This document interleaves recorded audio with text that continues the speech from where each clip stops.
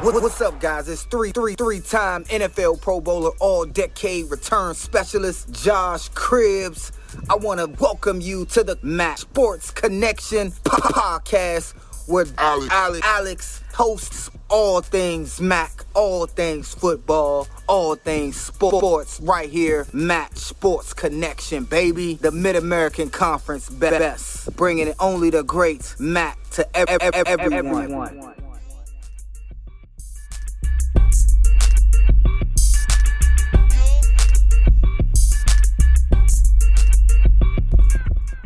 Welcome back, everyone, to the Mac Sports Connection podcast. I'm your host, Alex. Joining me, as always, is Graham, and we are officially going into week 3 of the college football season. Can't believe we are already in week 3. Graham, welcome back. Wow. I mean, it's been a couple of weeks of not quite Maction time yet, but a little bit of action from our Mac teams. It's been mostly chalk, but a couple of surprises this past week. Yeah, there's I think the one, and we'll talk about this one here shortly, the one that kind of sticks out in my mind and the minds of the college football world at large. Ohio pulling off the win against West Virginia in Athens. Fun stat from Steve Helwick. The Ohio Bobcats are 4-1 in their last 5 games against the Big 12, 2 of those at Peden Stadium. Yeah, so you know that I was at a wedding this weekend. It was a part of the bridal party, so I was kind of incommunicado a little bit, sent you my picks before that, and then kind of went off grid. So I did a little bit of trash talking before the show, where I said, somebody picked Ohio, and you said, you also picked Ohio, which left me not quite as happy to brag. But I still did, but I wasn't quite rubbing your nose in it the way I thought I was. Well, I'm glad to disappoint, my friend. But speaking of disappoint, West Virginia certainly disappointed. Rich Rodriguez, in his first year as a head coach at a new school, has a kind of a new school. Well, it has a real tough time beating MAC schools. Lost to Toledo in his first year at Michigan, and lost it to Ohio in his first year back at West Virginia. So, Rich Rodriguez, the next time you move to a new school, don't schedule a MAC program. Yeah, you have had varying takes on Rich Rod over the years, my friend. This is called growth and change, buddy. This is maybe the upset most MAC fans picked correctly. Mm-hmm. I think we all saw it coming. Ohio was really good last year. Ohio looked pretty good in week 1. And then hosting this game at home against a West Virginia team where there were questions about West Virginia all summer long, especially with a new head coach. A ton of production lost on that Mountaineers team. So I think a lot of folks looked at this game as a potential upset. I saw quite a few Ohio picks as I was looking at social media this week. I think what impresses me the most is, so Ohio is up 17-7 at halftime, allowed West Virginia a field goal on their first drive right out of the gate, and then pitched a shutout. Ohio almost doubled up West Virginia in yards, and Ohio had more turnovers. Parker Navarro threw 3 picks in that second half, late in the game too. The interesting stat about Parker Navarro is he's second in the MAC in rushing and first in the MAC in passing. So that's the kind of guy who can throw a few picks. He leads an exciting offense. That's this Ohio team, tops in the MAC in terms of yards per game on offense. So just the kind of team who can move the ball down the field and who interceptions don't hurt quite as much. But I think the story of the game here, though, is this Ohio defense. We knew the Ohio offense was going to be good this year. We all knew that Parker Navarro coming back and leading this high-powered offense. I don't know that we expected Ohio's defense to be so strong against West Virginia. No, this is something that I think we seemingly incorrect now highlighted to be a potential weakness for the Bobcats here in 2025. You lost a lot of talent on the defensive side of the ball. And you're right. We knew the offense was going to be a strength despite replacing a few starters. But the defense was such a question mark, and the defense stepped up in such a big way against the Mountaineers and helped Ohio to continue to defend Frank Solich Field. And now the Bobcats head down to Columbus for the in-state tilt with the Buckeyes. And they're going to need a hell of a defense to stop. Yes, Ohio that State. defense is going to need to do a little more work if they want to find a win in Columbus. Let me tell you. That's defending MAC Defensive Player of the Week. Michael Molnar is going to get a chance to show what Ohio's linebackers look like against that vaunted Buckeye offense. I think we all know what the result of that game is going to be, but I'd love to see Ohio put up some sort of fight. And as heartbreaking as it would be, I'd like to that Toledo trip to Columbus a few years ago. I'm not so far off in thinking that Ohio could pull off something like that. Yeah, it would. I mean, it would be so much fun. I would love to see the Bobcats come out swinging. And who knows? Maybe a little action magic will happen in Columbus next weekend. But the other team, you mentioned Toledo, so we'll dive into them. Wow, is really the word I have. You welcome Conference USA front runner, the favorite for Conference USA this year to the Glass Bowl, and you go up 31-7 at halftime on them. Yeah, I mean Toledo looked tough. That's they were. I mentioned I was at a wedding this weekend, so I didn't watch the game so much as was tracking it on the ESPN app. But it was a heck of a game, and one that I think Toledo faithful hoped. We all crossed our fingers and hoped that the Rockets would win it. But we also know Western Kentucky has been a thorn in our side some years, so not always easy to pick up a win there, and certainly a great job to pick up that win.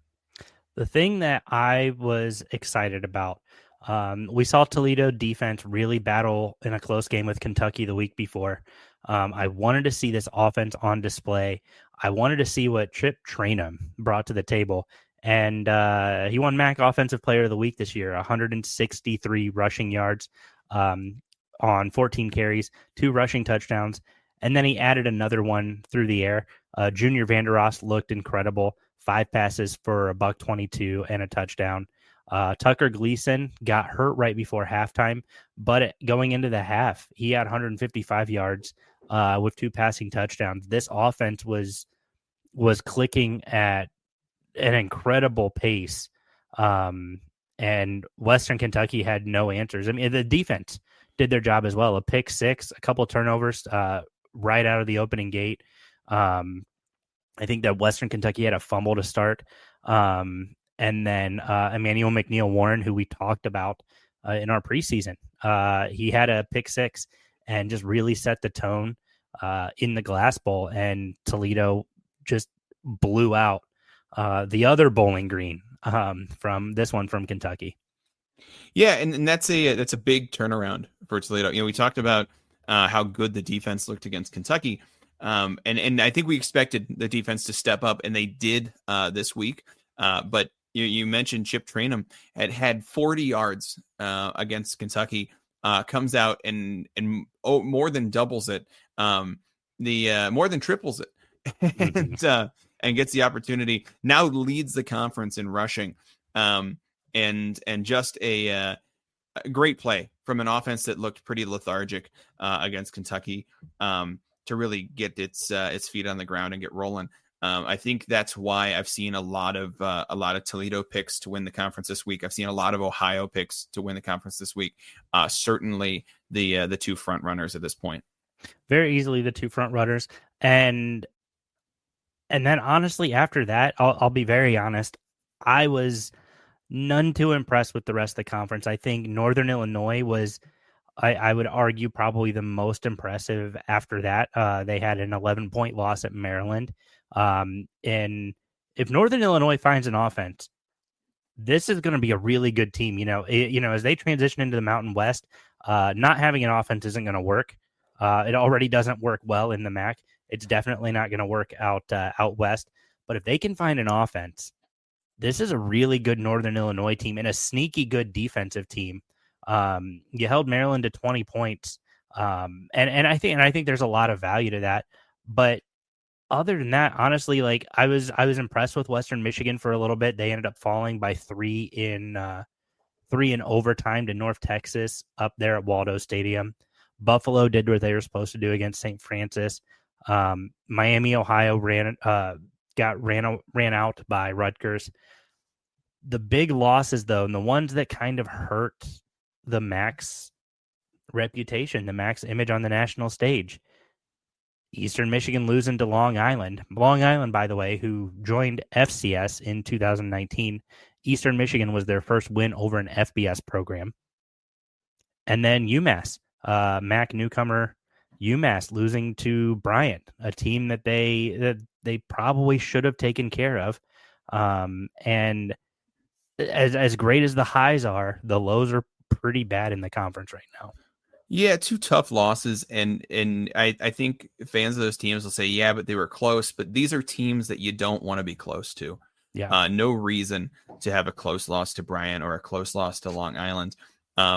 Taking nothing away from those programs, but just bigger schools, bigger football programs from UMass and Eastern Michigan, and they shouldn't be losing those games. Heartbreaker for Western Michigan losing to North Texas. Yeah. I think that's a game that most folks had North Texas, but we certainly didn't have it this close. And a heartbreaker for the Broncos to lose their second game of the season in overtime fashion. The question that I keep seeing circulate on social media, and I guess we can talk about this a little bit, feels like the 2022 Eastern Michigan team has kind of been the pinnacle of Chris Creighton's career at Eastern. They finished 9-4 that year, won a bowl game, and that's the most wins that they've had since like 87, I believe. They've been declining since. The question is it time for Chris Creighton to move on while he can, or is it time for Eastern Michigan to move on while there's still a product that is a roughly 500 program? Yeah, I think that's a tough call. I don't know how to make that call in terms of, whether as a coach, whether it's you kind of get off the sinking ship or as a university, whether you use this as an opportunity to make a change. I know Eastern Michigan, that community really loves Chris Creighton. So yeah. I think that's a hard divorce for me to wrap my head around. But certainly Eastern has been disappointing. The heights of that 2022 season were something that I had a lot of EMU fans telling me that we're going to be great next year. And now it's become kind of that old Browns refrain of if not this year, then the next year or the year after that. And I think that's a tough place to be as a fan, especially as college football is growing so quickly at this point.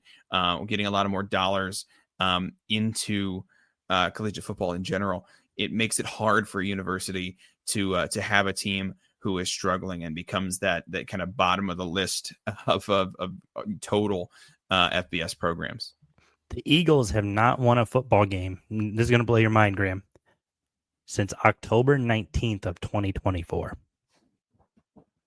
This is a team who that win put them at 5-2.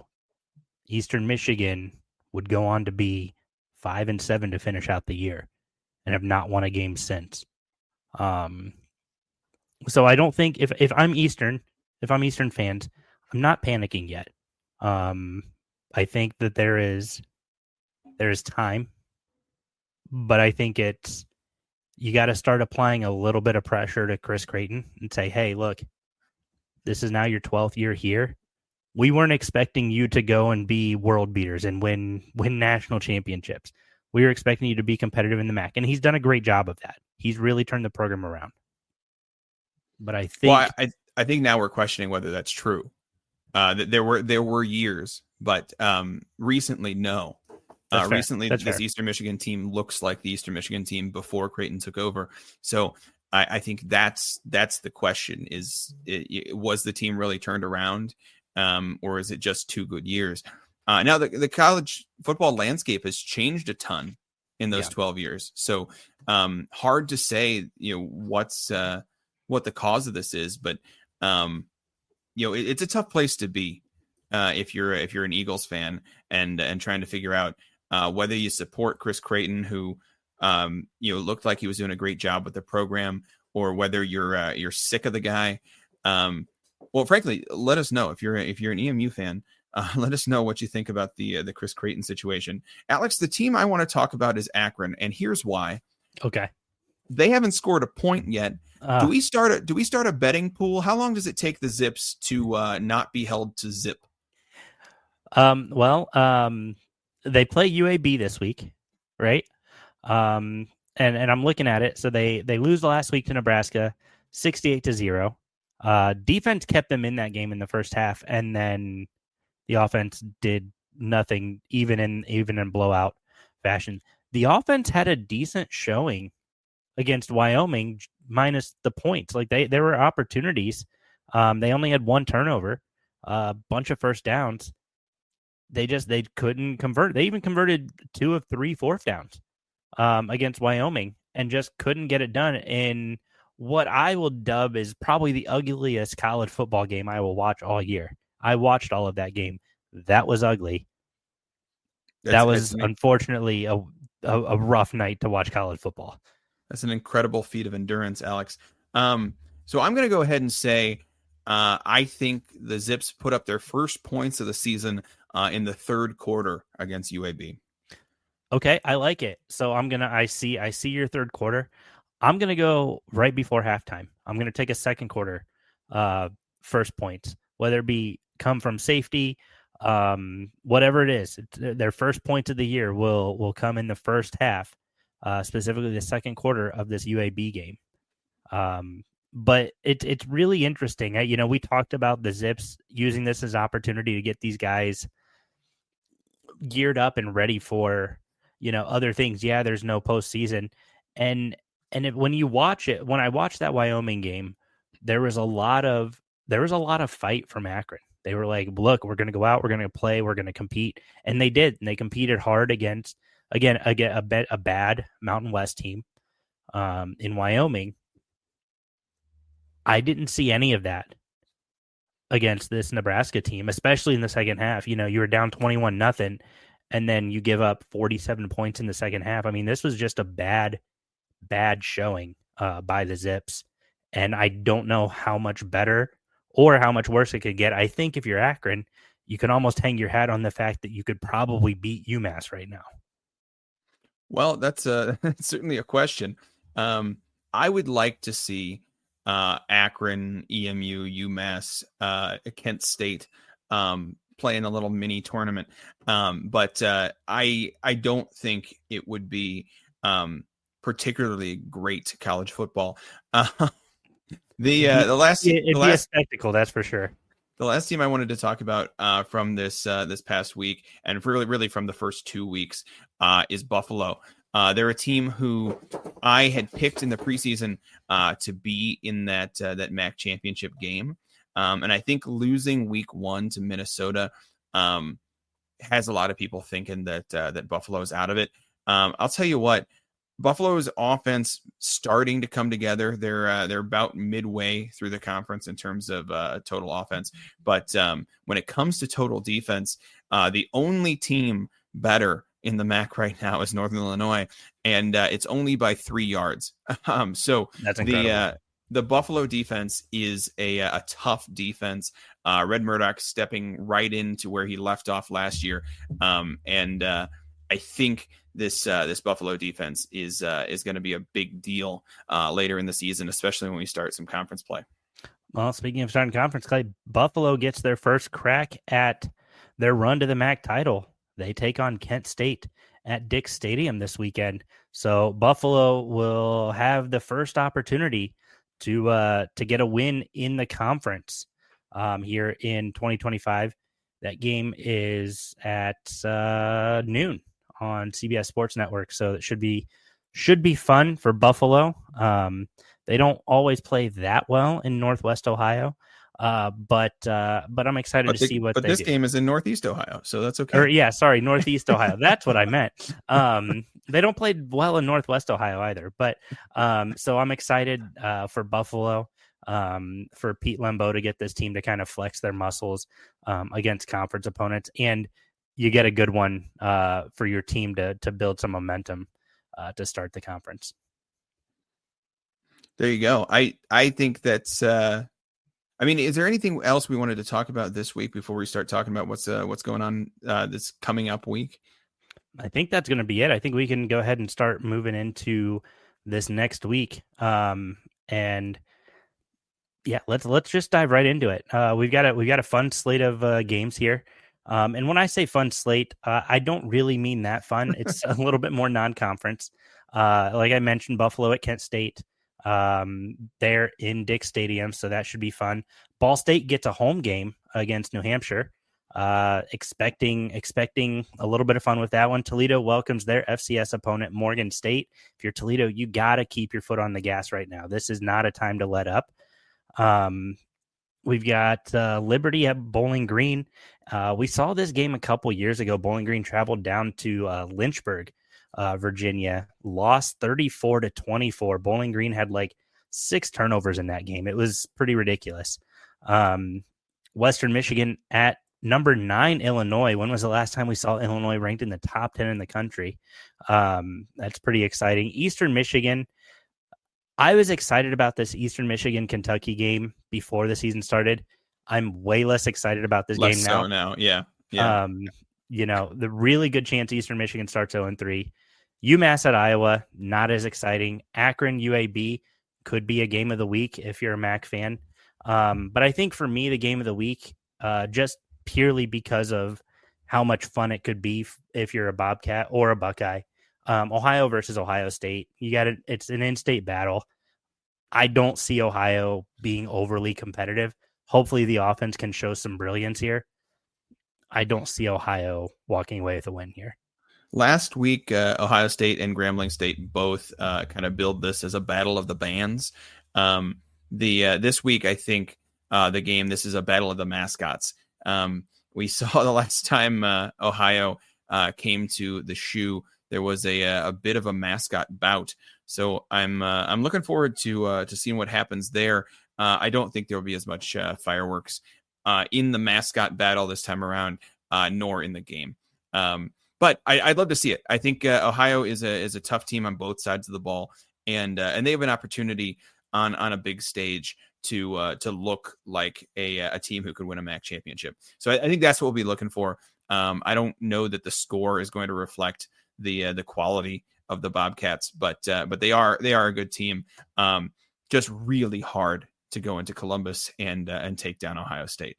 As far as game of the weeks go, that's not mine.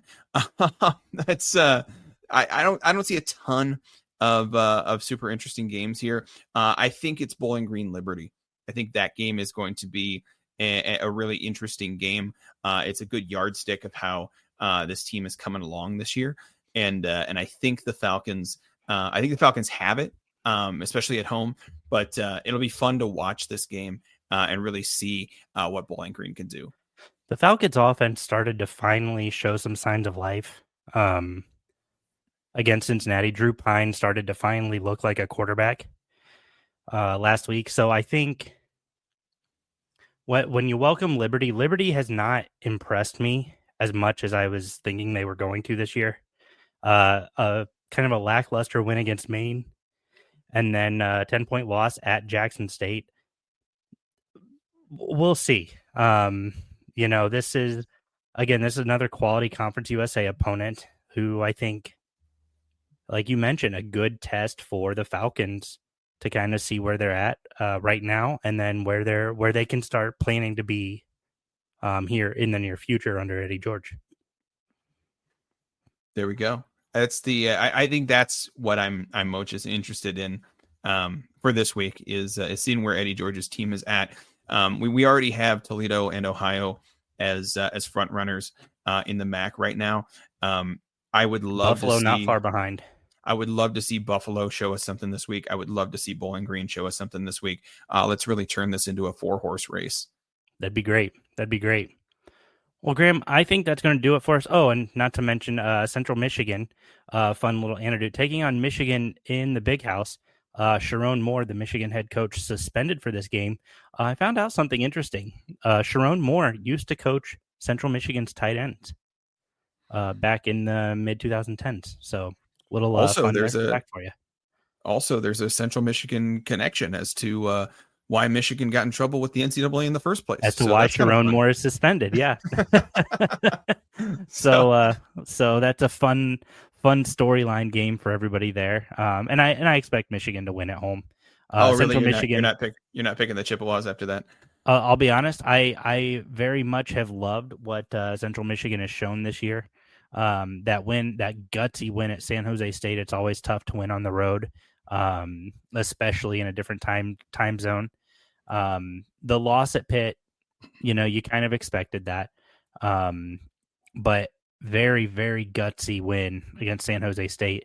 And I'm excited for Central Michigan to continue to grow. Matthew Drinkle's got him going in the right direction. So we'll see. I don't expect a win, but I wouldn't be surprised if we saw Michigan struggle to put away Central Michigan as quick as they might like.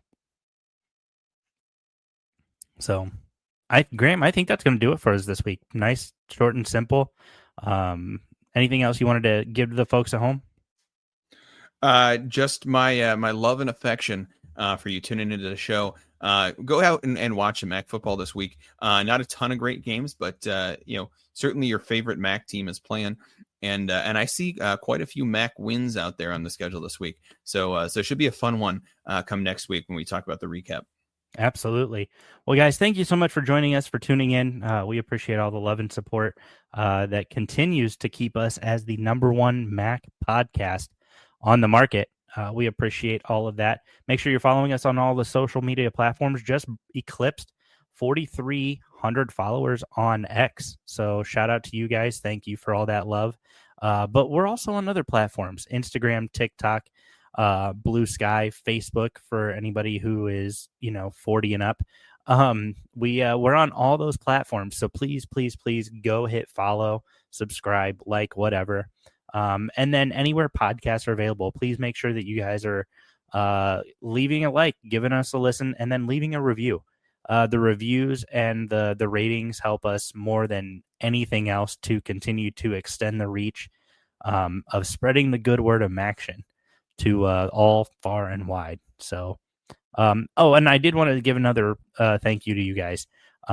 Officially, after all the previews were said and done, we officially had over 2,400 downloads during preview season. So that's close to about 200 downloads every episode, which doesn't sound like a lot. I recognize that, but that is a huge step forward for us. And I just wanted to say thank you guys for all that love and support, and for trusting us to tell you about your football teams. And whether or not you trusted us, we appreciate the download, so you could mock us or agree with us. Doesn't matter. We appreciate it. All that being said, thank you guys so much for tuning in. We'll be back next week with another recap and preview of the Week 4 college football season. So enjoy, have a good week, and we'll see you next time.